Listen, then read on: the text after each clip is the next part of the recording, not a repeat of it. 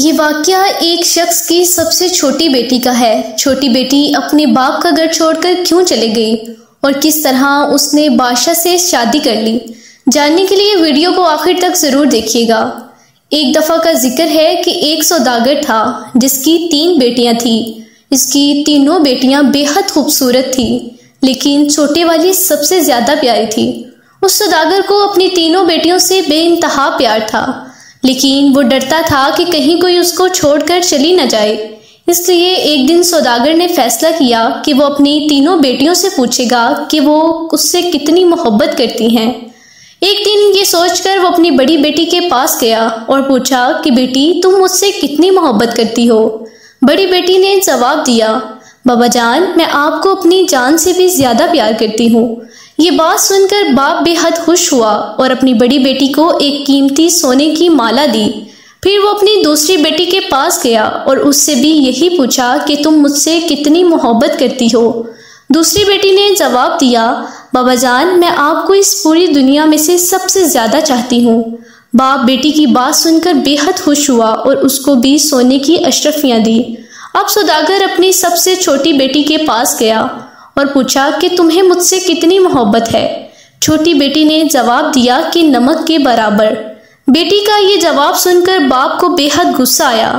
नमक तो इंतहाई सस्ती और मामूली चीज है, ये मुझे इतना प्यार करती है। फिर सौदागर ने उसे बहुत डांटा और गुस्से में भी कह दिया कि मुझे पता है कि तुम एक दिन मुझे छोड़कर चली जाओगी, इसलिए बेहतर है कि अभी इस घर से चली जाओ। बाप की बात बेटी के दिल पर जा लगी। वो किसी को बताए बगैर घर से रोते हुए निकल गई।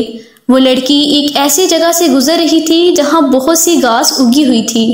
लड़की ने अपने लिबास के ऊपर एक घास का लिबास बनाकर पहन लिया ताकि पहचानी न जा सके। उस दौर के बादशाह के महल के बाहर जाकर रुक गई और बाहर खड़े होकर सिपाहियों से कहने लगी कि मुझे काम की जरूरत है, क्या तुम मुझे काम पर रखोगे? मुझे काम सब आते हैं। और सिपाही बोले, बीबी जा अपना काम कर, हम ऐसे किसी को काम पर नहीं रख लेते, जाओ यहाँ से। लड़की उदास हुई, लेकिन फिर उसने इजहार किया कि देखो, मैं सब काम कर लेती हूँ, मुझे बहुत ज़रूरत है काम की, मेरे लायक कोई काम हो तो मुझे बताओ। इससे पहले सिपाही इनकार करता, एक बावर्ची पास से आकर खड़ा हो गया और उसने कहा कि लड़की, अगर तुम्हें सच में काम की ज़रूरत है तो मैं तुम्हें अपने साथ रख लेता हूँ। बावर्ची ने उसे सारे काम समझाए और उसे उसके सोने की जगह भी दिखा दी जहाँ और भी औरतें थीं। उस लड़की ने अपना मालूम और पता न बताया तो उसका लिबास घास वाला देखकर सब ने उसका नाम किसियानी रख दिया। अगले दिन महल में हलचल मची कि बादशाह ने एक बहुत बड़ी तकरीर का इंतजाम किया है, उसमें हर कोई शरीक हो सकता है। तमाम मुलाजम औरतें अपने आप को संवारने में लग गई। जब तकरीर का दिन आया तो किसियानी जाने से इनकार कर दिया और कहा कि उसकी तबीयत ठीक नहीं है। फिर सब ने उसको आराम का कहकर चले गए। कुछ ही देर के बाद किसियानी उठी, अपना लिबास बदला और एक खूबसूरत लिबास पहनकर उस महफिल में शरीक हो गई। इतनी वो खूबसूरत लग रही थी कि वहां के तमाम हाजरीन की नजरें उस पर हट नहीं रही थी। हर कोई ताज्जुब में था कि इतनी हसीन लड़की भी कोई दुनिया में होती है। वहां बादशाह का बेटा भी मौजूद था। उसने जब उस हसीन लड़की को देखा तो देखता ही रह गया। फिर शहजादे ने पूरी तकरीर उस किसियानी के ऊपर ही कर दी। शहजादे ने किसी और की तरफ आंख उठाकर भी नहीं देखा। फिर किसियानी भी किसी की नजर में आए बगैर वापस महल में आ गई। अगले दिन औरतों ने कहा कि तुम्हें पता है वहां क्या हुआ था?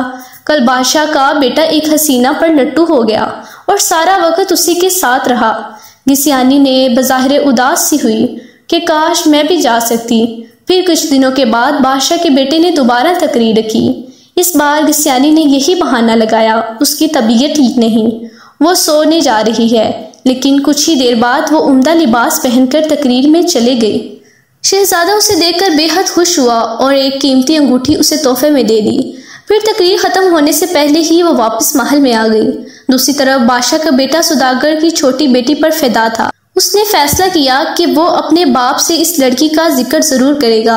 अगली तकरीर पर शहजादे ने खूब जानबूझकर रखवाई। अगली तकरीर शहजादे ने खुद जानबूझकर रखवाई ताकि लड़की से मिल सके। इस बार किसियानी ना आई। शहजादा उदास हुआ। बादशाह को किसियानी के बारे में कुछ भी मालूम न था, इसलिए वो परेशान हो रहा था कि उसका पता अब किस तरह से किया जाए।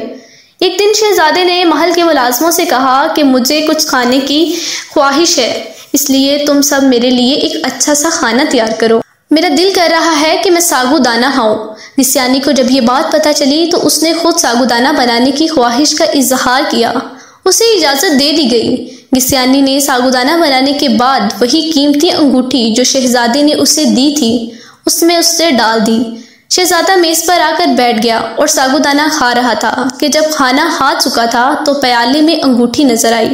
वो अंगूठी पहचान गया और जल्दी से अपने मुलाजमों को बुलाया और पूछा कि ये सागुदाना किसने बनाया है। तो मुलाजमों ने बताया कि ये गिस्यानी ने बुलाया है। फिर गिस्यानी को बुलाया गया। शहजादे ने गिस्यानी को ना पहचाना। जब गिस्यानी ने बोलना शुरू किया तो शहजादे ने उसकी आवाज़ सुनी और यकीन हो गया कि ये तो वही लड़की है जो उसे तकरीर में मिली थी, जिस पर वो अपना दिल हार बैठा था। फिर गिस्यानी ने अपना सारा किस्सा शहजादी को बताया और वो उसके महल में किस तरह से पहुंची सब कह दिया। शहजादे ने गिस्यानी को बादशाह को बताया और दोनों की शादी हो गई। शादी के बाद उन दोनों में बड़ी तकरीर रखी, जिस तकरीर पर शहर के बड़े बड़े सौदागरों और अहदेदारों को बुलाया गया। गिस्यानी के बाबा भी उसी तकरीर में मौजूद थे, मगर खाना खाने का वक़्त आया। मेज़ पर लजीज खानों से भर दिया।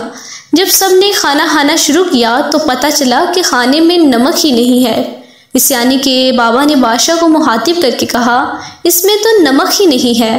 बादशाह ने हल्का सा हंसा और कहने लगा कि क्या हो गया है, नमक ही तो है, बाकी सब तो ठीक है ना।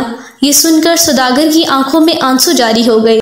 बादशाह ने उसे ताज्जुब से देखा और पूछा कि जनाब आप रोने क्यों लग गए हैं। सौदागर ने कहा कि मैंने अपनी बेटी की बात को समझ ही ना पाया कि नमक की क्या अहमियत है। अगर खाने में नमक ही ना हो तो सारा खाना बदजायका हो जाता है, चाहे कितने ही कीमती मसाला जात पड़े हों, लेकिन नमक के बगैर खाना भी कोई खाना है। सौदागर ने जब अपना ये किस्सा बादशाह को सुनाया तो उसने कहा कि मेरी बेटी नाराज होकर चले गई है। मैंने उसे बहुत ढूंढा है लेकिन वो मिली नहीं। मैं उसके लिए बहुत परेशान हूँ। सौदागर ने बादशाह को अपनी बेटी का हुलिया बताया तो बादशाह ने गिस्यानी को बुलवाया और अपनी बेटी को सही सलामत देखकर बाप बेहद खुश हुआ और उसकी खुशी का कोई ठिकाना न रहा। सौदागर ने अपनी बेटी को गले लगाया और उससे माफिया मांगता रहा। वीडियो अच्छी लगी तो हमारे वीडियो को लाइक करिएगा और चैनल को सब्सक्राइब करना मत भूलिएगा और कोई अच्छा सा कमेंट कर दें। अल्लाह हम सबको अपने हिफ्ज़ो अमान में रखे। अल्लाह हाफिज़।